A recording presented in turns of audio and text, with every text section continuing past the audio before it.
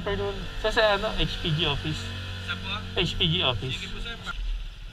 Okay, we have Digital Seal, Xerox, original, ID ng owner, ID natin.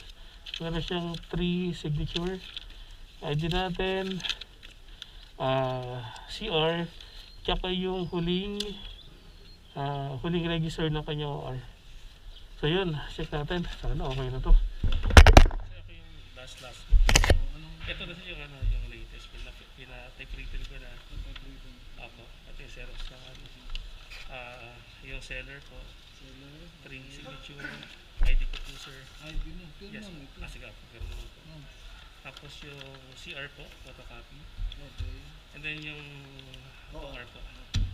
Okay. Sila pa